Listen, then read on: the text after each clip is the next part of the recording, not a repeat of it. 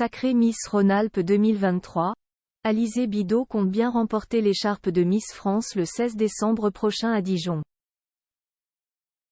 La jeune femme a d'ailleurs une motivation de plus, succéder à Sylvie Tellier, élue en 2002 à Mulhouse.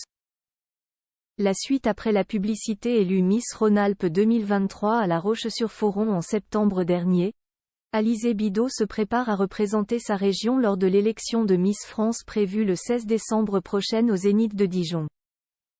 Interviewée par les journalistes de Télé Loisirs, la jolie blonde âgée de 22 ans mesure 1,74 m, habite la petite commune de Saint-Genis-sur-Menton et a accepté de répondre à quelques questions.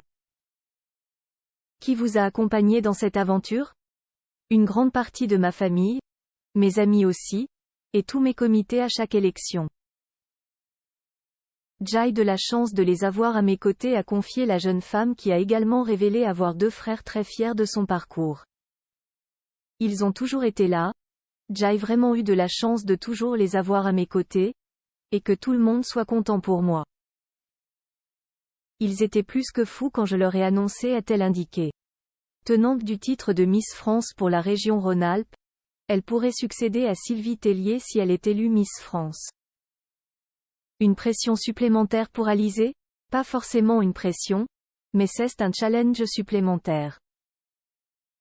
En soi, il a jamais eu de Miss Rhône-Alpes, car Sylvie Tellier était Miss Lyon, donc ce serait forcément une bonne chose.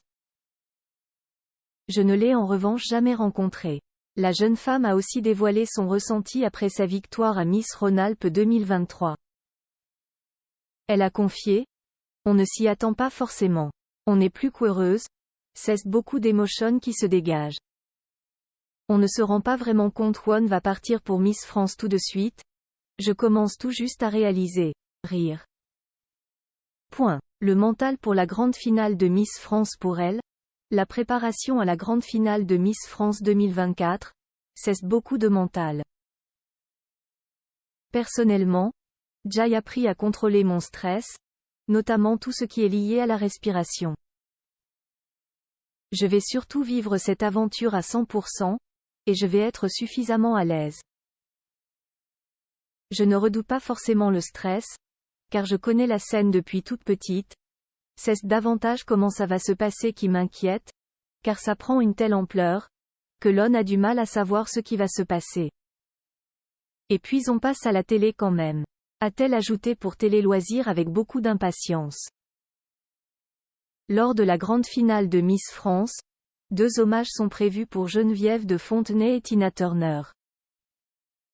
Nous serons tous très émus de lui rendre hommage, a révélé Alexia Laroche-Joubert lors de la conférence de presse dédiée à Miss France. Il n'aurait pas Miss France aujourd'hui sans ce que Geneviève a construit, a également ajouté Frédéric Gilbert. La suite après la publicité.